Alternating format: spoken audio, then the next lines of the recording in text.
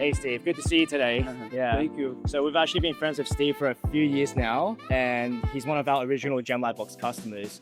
Do you know how long you've had the GemLightbox for? I think over 10 years. I was Okay. one of the very first people. I think the first year it was available, I bought it. Yep. It seemed to be a great idea. Yeah. It certainly has been. When you opened your store, right? That was like the equipment you got for it.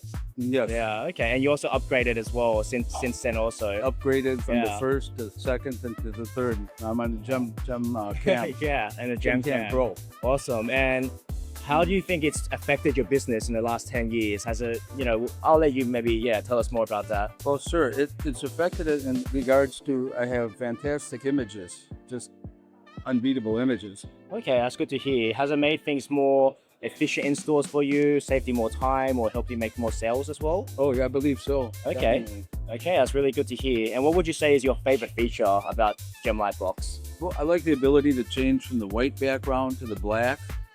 You can get whatever type of pictures you want.